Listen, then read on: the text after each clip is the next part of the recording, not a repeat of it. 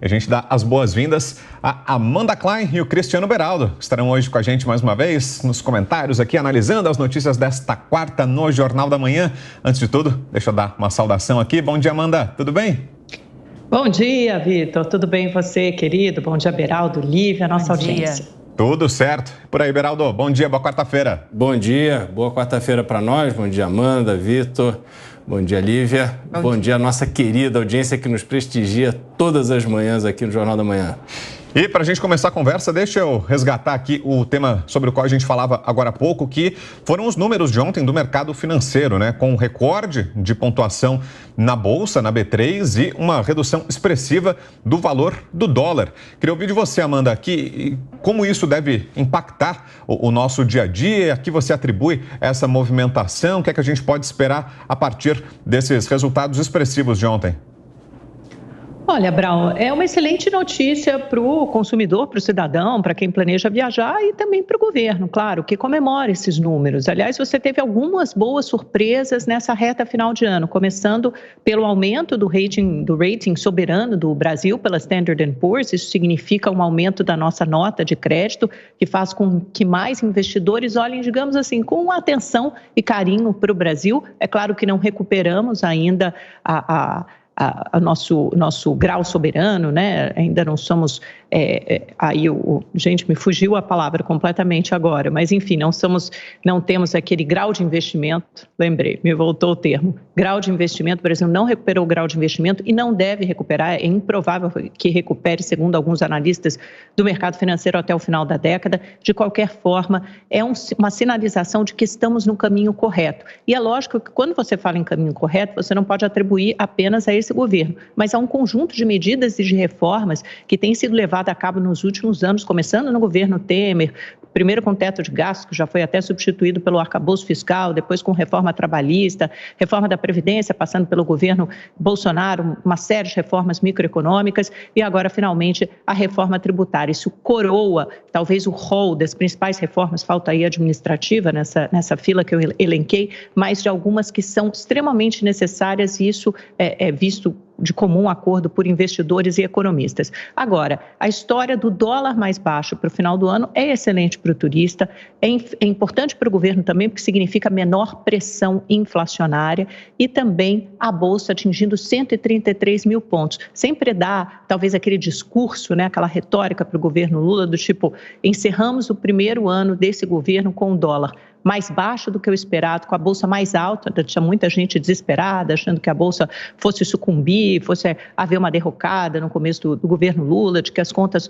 públicas fossem sair completamente do controle. Não foi nada disso que aconteceu. Lógico que até um economista nos lembrou ontem, né, o professor da FGV, de que a trajetória da dívida pública ainda é um pouco ascendente. É uma trajetória explosiva? Não. É preocupante a curto prazo? Não. O arcabouço fiscal pode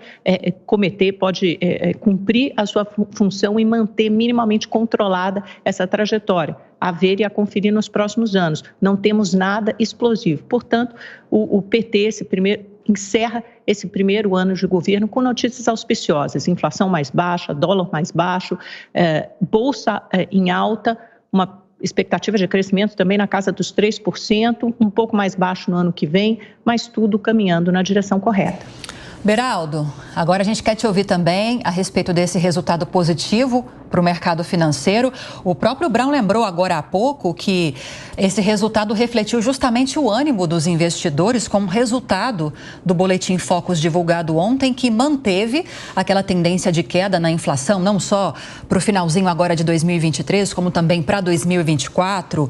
Diante disso, também fez uma revisão da previsão da taxa básica de juros para o ano que vem, que agora vai para 9%, pelo menos é o que acreditam os economistas, mas tudo isso vai depender da condução da política fiscal em 2024 pelo governo, que até agora, como a Amanda trouxe para a gente, apesar de altos e baixos, trouxe esse resultado positivo para o governo.